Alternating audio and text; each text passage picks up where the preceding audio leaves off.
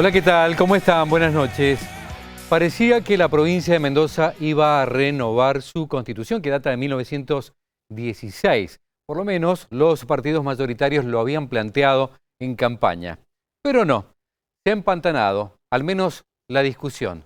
¿Cómo seguirá esto? Es importante nuestra constitución, ¿eh? Es la ley fundamental, donde se sienta todo el andamiaje jurídico institucional de la provincia. Vamos a hablar del tema con el ministro de Gobierno y también mentor de este proyecto que vamos a ver cómo se desenvuelve en la legislatura. Víctor Ibáñez, ¿cómo estás? Buenas noches, gracias por estar aquí. Buenas noches, Carlos. Muchas gracias a ustedes por la invitación. Bueno, vamos a hablar en un ratito sobre las objeciones que plantea el partido mayoritario de la oposición, el Partido Justicialista, que hoy se expresó por la negativa. También vamos a contarle un poco a la ciudadanía en qué consiste la reforma que ustedes quieren plantear, ¿sí? Perfecto. Bueno, ya venimos con eso porque tenemos el cielo y el infierno de esta semana. A ver cómo lo planteamos con nuestra producción. Y en el cielo, Leopoldo Jacinto Luque, el goleador, campeón mundial, leyenda del fútbol y muy respetado por todos aquellos que tuvimos la suerte de conocerlo. Leopoldo Jacinto Luque, que murió a los 71 años, víctima del COVID. Un homenaje para Leopoldo Jacinto Luque.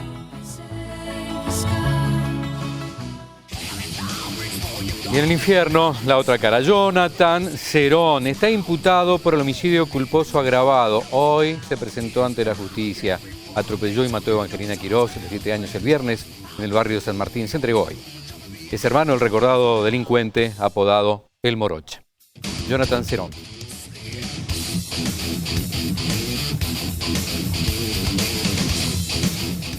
Bien, el justicialismo, después de unas cuantas horas, 2 días de deliberación, dijo no a la reforma como está planteada y a la forma en que ha intentado avanzar el gobierno de la provincia, sin diálogo, sin consulta, sin consenso. Por allí pasa la principal objeción que hemos escuchado hoy. Víctor Ibáñez, y los ha escuchado usted también seguramente. Sí, los he escuchado y he leído el comunicado, el escueto comunicado del Partido Justicialista. Comunicadito, dijo el gobernador. Comunicadito, dijo el gobernador, y coincido absolutamente con lo que dijo el gobernador. En primer lugar, el proyecto está presentado en la legislatura desde el mes de agosto del año pasado. Trabajamos durante los meses siguientes hasta diciembre en innumerable cantidad de reuniones por distintas, tanto presenciales como por vía Zoom en aquellos momentos, con distintos sectores de la sociedad, donde planteamos los alcances del proyecto, los objetivos, la propuesta, recibimos aportes. Hizo un trabajo enorme en las universidades, la Universidad Nacional de Cuyo, durante un mes y medio, debates de todos los especialistas, de todas las posturas políticas. Otras universidades privadas también lo hicieron. ¿Esos debates cuándo fueron? Eso fue durante el curso del mes de fines de octubre y durante el mes de noviembre. Un mes y medio se llevaron adelante esos debates con innumerable cantidad de aportes. Ya los principales puntos yo los recuerdo cuando los presentó el gobernador en la legislatura. Fue un 1 de mayo. Dijo, la reforma va a pasar por estos tópicos. Correcto. Así que no solamente fue en la apertura de la Asamblea Legislativa del año 2020 donde el gobernador plantea esto, ya en su campaña electoral, donde también la por entonces candidata Anabel Fernández Sagasti sostenía que si era gobierno u oposición iba a apoyar y promover la reforma de la Constitución. Ya en aquel momento el actual gobernador Rodolfo Suárez planteó que iba a proponer una reforma institucional para Mendoza, comprensiva no solamente una reforma constitucional, sino de todas las otras normas que reglamentan directamente la Constitución. Lo anuncia en la Asamblea Legislativa el 1 de mayo y se presenta el proyecto. Los ejes centrales de este proyecto, que quiero aclarar ahí, Carlos, que se ha trabajado teniendo en cuenta todos los procesos de reforma que desde 1983 a la fecha han existido en nuestra provincia. Hubo muchos intentos de reforma integral que fracasaron. Correcto. Generalmente la oposición no estuvo de acuerdo y otras veces la ciudadanía que no dio la cantidad de votos necesarios cuando fue consultada. Y ahora pensábamos que se había allanado ese camino justamente porque ambos partidos son reformistas y porque además se había dejado de lado la posibilidad de reelección del gobernador, que parecía que también era la piedra de la discordia, ¿no?, para las oposiciones eventuales, digo. El radicalismo en su momento también se opuso a la reforma de Francisco Pérez. Vale la pena recordar que de esos 4 procesos de reforma, el de Santiago Felipe Llaver, el de Roberto Iglesias, el de Julio Cobos y el de Francisco Pérez, más todo el trabajo que se hizo durante el gobierno de Alfredo Cornejo, encabezado por Laura Montero. De esos proyectos los que llegaron a referéndum popular fueron dos, el de Llaver y el de Iglesias, donde la mayor parte de la ciudadanía votó a favor. Votó a favor. En los otros no se llegó al referéndum. Pero no alcanzaba para la mayoría del padrón. Del padrón, que era casi, no sé, un 80%. Como se establecía en aquel momento por una jurisprudencia de la Corte que cambia en el año 2019. Otra particularidad cuando trabajamos el proyecto fue no solo haber analizado y estudiado todos estos procesos, aquellas cuestiones que existieron consensos, porque a lo largo del 83 a la fecha ha existido gran consenso sobre muchos puntos que hoy están planteados en el proyecto, tanto de quien hoy es oposición como de quien es gobierno, o de los partidos que están en cada uno de los lugares. Y lo cierto es que sobre eso hemos trabajado, y aparte, algo que has referido, Carlos, que es que el proyecto preserva lo que nosotros consideramos la cultura constitucional de Mendoza. Es decir, no está sujeto a debate, está expresamente excluida la reelección del gobernador y algunos otros temas que fueron en su momento objeto de haberse detenido los procesos de reforma.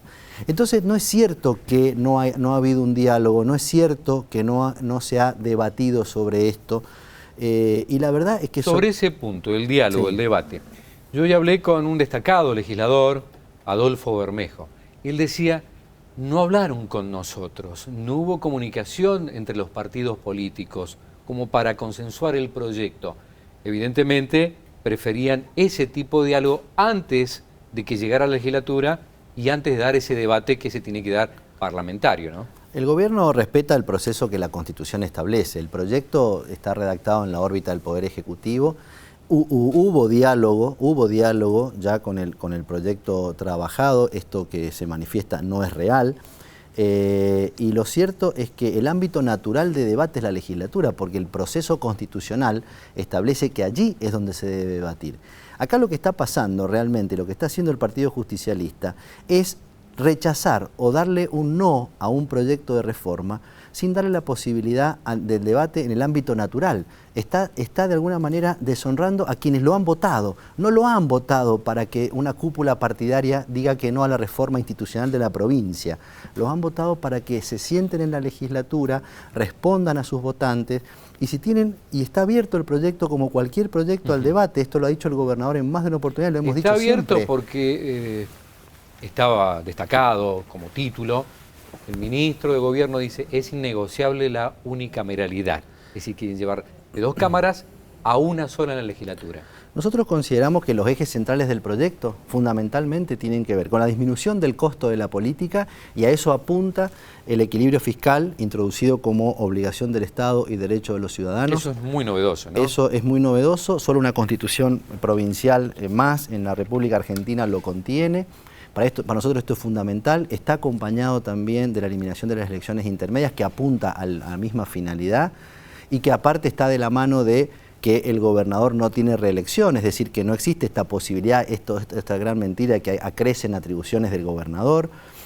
No hay reelección planteada en ese sentido. El otro eje fundamental tiene que ver con la disminución del costo, con la disminución de la cantidad de legisladores en la legislatura, de 86 actualmente a 40, una Cámara de 48, pero dotada de representación territorial. Es decir, hoy, con 86 legisladores, hay departamentos de la provincia que no tienen representación territorial. Claro, porque se elige por regiones, digamos, ¿no? 4 serían... circunscripciones electorales. Circunscripciones, exacto. Estamos planteando una Cámara de 48 legisladores, disminución del costo. Estamos hablando que esa disminución del costo, aun cuando se diga que es el 1% del presupuesto, con ese 1% del presupuesto se pueden hacer gran cantidad de centros de salud. Estamos hablando del 1% de 202.000 millones de pesos. Correcto, ¿no? Estamos hablando de un monto importante de disminución, ni hablar lo que significa la disminución que significa una elección intermedia menos. Está esto directamente relacionado con la representación territorial, que es mejor calidad democrática del sistema republicano. Serían representantes por departamentos en esta oportunidad. Por departamentos y también poblacionales, en una sola Cámara. Estamos planteando la autonomía, que se dé el debate de la autonomía municipal. Un debate que viene, es una de las pocas, por no decir, de las 2 provincias de Argentina donde este debate no se ha dado. Luego bueno, de la no he reforma escuchado del quien 94. No esté de acuerdo con eso, ¿no? Yo no he escuchado todavía ningún argumento de la oposición respecto a estos puntos. Yo todavía no escucho... Lo de la sola Cámara sí, y he escuchado objeciones que pasan por lo siguiente. Habría menos cantidad de legisladores y eso significa entonces que habría menos posibilidades de representación de partidos minoritarios. Entonces, ¿cómo hacen para acceder a los cuerpos legislativos aquellas expresiones que no están nucleadas en las mayorías, ¿no? Esto no es así porque en los sistemas electorales son los que determinan la representación. La Constitución establece el régimen electoral, es decir, vamos a establecer un régimen electoral con representación territorial y representación poblacional. Es el sistema electoral proporcional el que va a dar esas proporciones y va a adecuar esa representación. Porque con ese criterio, el absurdo, digamos, es tan absurdo el criterio que tendríamos que tener entonces una Cámara de, no sé, 200 legisladores, 300 legisladores. ¿Cuál es el número? Si la proporcionalidad numérica tiene que ver directamente con la representación. Entonces, no existirían sistemas unicamerales en el mundo. 15 provincias argentinas tienen sistema unicameral. Todos los consejos deliberantes son unicamerales. Los países avanzados del mundo tienen sistemas unicamerales. Es decir, en esos lugares no hay representación, sí la hay. Esto tampoco es argumento. Y la verdad es que hasta el momento, no solamente el Partido Justicialista no se sienta en la legislatura para debatir esto, y si quiere introducir modificaciones y plantearle el porqué y decirle que no a todo esto, cuál es el no, el porqué y cuáles son fundamentalmente los aportes que hace a esto, sino que fundamentalmente se encierra en una cúpula partidaria con un comunicado escueto, sin ningún argumento constitucional o sobre el proyecto de reforma institucional, y con eso sale del debate.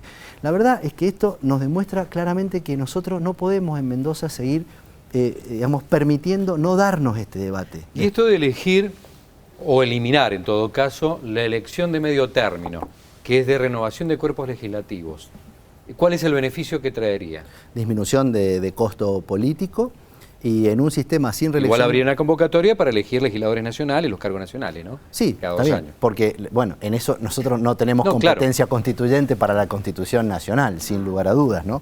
Pero implica una disminución del costo, y por otro lado, en un sistema como el nuestro, de un gobernador que no tiene reelección, implica también la posibilidad de que esos 4 años el gobernador, y quien ha sido elegido, gobernador que sea elegido, pueda realmente gobernar y administrar la provincia y no a poco entrar en un proceso de electoralización de la vida política.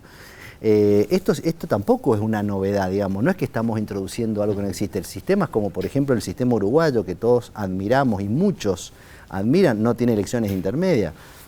Es decir, en realidad todos estos instrumentos, todas estas propuestas tienen que ver con momentos históricos de una sociedad, tienen que ver con una cultura constitucional, tienen que ver con una necesidad de renovación institucional. ¿Qué hay de la participación ciudadana con una nueva constitución en el proyecto de ustedes? En el proyecto la habilitación para que se introduzcan medios de participación directa, como es la iniciativa legislativa, lo dirá la Convención Constituyente, la consulta popular, la revocatoria de mandato, es decir, formas de participación directa que van más allá de la democracia puramente representativa. La revocación de mandatos. Eso también lo tiene que votar finalmente una Convención Constituyente, porque el proceso es así. Primero necesita las 2/3 partes, es decir, la mayoría especial, como consenso de la legislatura, para ya habilitar el proceso. Después hay un sí o un no a ese proceso, que es una convocatoria a la ciudadanía, hasta elegir luego los convencionales constituyentes, que son los que en definitiva le van a poner la firma y van a ver los artículos y demás. Es una experiencia que ya hemos vivido con la Constitución Nacional, en 1994. Ahora, ¿ustedes pensaban en unificar también la elección de convencionales constituyentes con las próximas elecciones? Lo que está planteado en el proyecto es una facultad, es decir, si la legislatura aprueba la declaración de necesidad de reforma, es la facultad de poder hacerlo, justamente apuntando a algo que en el momento mismo de la elección se puede hacer elección para evitar una elección más. Si efectivamente la ciudadanía vota por el sí, queda convalidado, digamos, quienes han sido electos convencionales, y si es no, bueno, no tiene sentido. Con esto está pensado de manera de evitar una elección más, y lo que significa una elección más, que sería el procedimiento inmediato después de que el pueblo aprueba por el sí o por el no. Ahí hay algo que también me parece importante, Carlos, que es que también, digamos, se escucha esto. En esto del proceso es fundamental darnos cuenta cómo interviene quién y cómo interviene. La ciudadanía interviene en forma indirecta en la legislatura, por eso es que yo digo que estoy planteando que el PJ tiene que sentarse en la legislatura a dar este debate, tiene que honrar a quienes lo han votado, ahí tiene que discutir esto, porque es el pueblo el que está participando, ahí sí a través de sus representantes. Si esa ley es aprobada, el pueblo participa en forma directa después por el sí o por el no. Y tiene una tercera instancia de participación, porque el día que los convencionales constituyentes van a ser elegidos, van a tener que establecer su plataforma, porque la legislatura lo que ha hecho es habilitar temas. Después será cada candidato el que dirá, mire, en esto yo propongo hacerlo de esta manera, en esto propongo hacerlo de otro, y la ciudadanía una vez más va a votar sobre eso. Y esos convencionales van a tener el mandato sobre eso. Respecto del gasto, ustedes están buscando austeridad, una sola cámara, menos asesores, todo eso que compone la legislatura.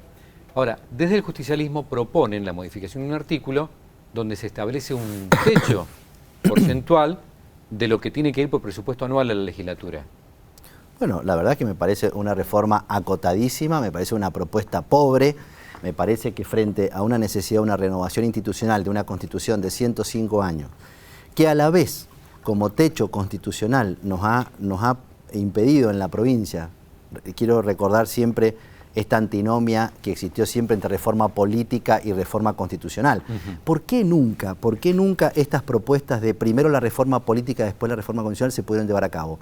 Porque la Constitución establece techo, establece límites que tienen que ver con su época de sanción. La última reforma fuerte, importante, es de 1916. Hubo una después en el 48 que quedó sin efecto, en el 65 que es un poco más acotada. Pero lo cierto es que no podemos apuntar a algo tan pobre. Tenemos que darnos cuenta que Mendoza necesita instituciones renovadas, mejor control, menos gasto público, menos costo político, más participación, más representación. Con ese artículo no logramos todo esto. ¿Qué vamos a hacer con la representación territorial? ¿Qué vamos a hacer con la autonomía municipal? ¿En qué consiste la autonomía municipal? La autonomía municipal fundamentalmente implica, en términos constitucionales, la posibilidad de que los municipios se den sus propias cartas orgánicas. Es decir, podemos decir que es una suerte de pequeña constitución, adecuada a sus características particulares. Sabemos que no es lo mismo el municipio de Malargüe, por ejemplo, que Lavalle, así como no es lo mismo Mendoza que San Juan, y por eso sus constituciones tienen sus particularidades. Esta facultad no las tienen. Hoy los municipios, hoy no, ya hace varios años, los municipios prestan innumerable cantidad de servicios, tienen funciones que son esenciales. No tenemos autonomía municipal. Sí, habría también una rediscusión del rol y de las funciones que cumple cada comuna. Correcto, y a la vez el proyecto también incorpora que junto con esto se discuta la matriz, digamos, de la coparticipación municipal, porque de alguna manera toda autonomía implica también discusión de... ¿Es decir, qué porcentaje? Sí, ahí hay que analizar cuáles van a... En este punto, obviamente la habilitación en el proyecto, como los demás puntos, tienen que ver con habilitar la convención a que discuta la autonomía municipal. Será la convención la que diga qué alcance va a tener esa autonomía. Hay distintos modelos de autonomía. Si uno toma las constituciones de distintas provincias va a encontrar distintos formatos posibles. También tienen algo para el Poder Judicial, ¿sí? Sí. Me gustaría especificar esto, ¿no? Porque el Poder Judicial hoy más que nunca está en la mira. Si bien se habla de la justicia federal y es el interés donde ha puesto el foco el gobierno nacional, en el caso de la provincia de Mendoza de algún modo entra también en ese concepto, ¿no? de justicia. Sí, fundamentalmente el hecho de que a los 70 años los magistrados, digamos, que hayan obtenido, que hayan cumplido su función, tendrán que obtener, digamos, un nuevo acuerdo de continuidad, es decir, establecer un límite a la inamovilidad en el tiempo, digamos, así, de los magistrados. El otro punto que consideramos... Claro, actualmente se jubilan cuando quieren. Correcto. Y por otra parte también, que nos parece importante, es que darle a la Corte el conocimiento, digamos, en pleno de la Corte a las cuestiones de constitucionalidad o de conflicto de poder. Es decir, esta discusión de si la Corte por una sala declara la inconstitucionalidad, cuando son temas, digamos, trascendentales, que sea una competencia del Pleno de la Corte en puntos de constitucionalidad o conflicto de poder. Lo tiene también el proyecto para el Poder Legislativo, no es solamente la unicameralidad, es la ampliación del periodo de sesiones ordinarias. Tenemos una legislatura que sesiona de mayo a septiembre, lógico para 1916.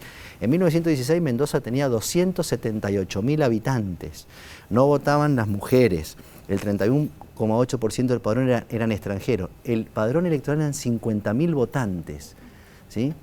Solo, digamos, fuera de ese periodo, que también sesiona, son extraordinarias y esa iniciativa del Poder Ejecutivo nada más. Claro, con limitaciones, aparte a contramano ya obviamente es lógico en la época de la sanción, pero a contramano de todas las constituciones provinciales y la Constitución Nacional en el periodo de sesiones. Que empieza el 1 de marzo. Que empieza el 1 de marzo, y hay constituciones que empiezan, que el periodo empieza en febrero y termina en diciembre.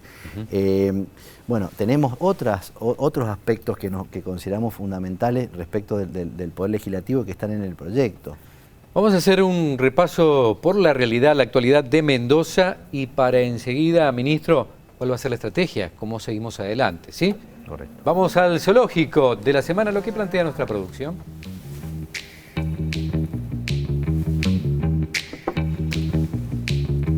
¿Qué tenemos? Un perro pitbull. Bueno, Rodolfo Suárez, claro, salió, mostró las garras. Realmente el gobernador, por las posiciones encontradas de este fuego cruzado, ¿no? Por la reforma de la Constitución de lo que estamos hablando ahora, pero salió muy fuerte Rodolfo Suárez. Dijo que no les interesa Mendoza a los legisladores justicialistas o al Partido Justicialista. El pavo real, Mariana Jury, ministra de Cultura y Turismo. El fin de semana XXL dejó un balance muy positivo en la provincia. La ocupación estuvo al 80%.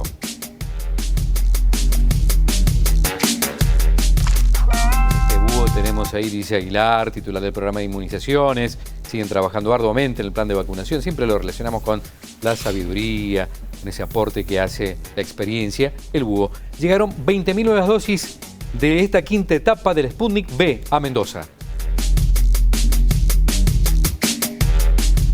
Puma, no podría ser otra cosa. Gonzalo Bertranú, el medio scrum de los Pumas y los Jaguares, y el jugador firmó contrato con los Dragons de Gales.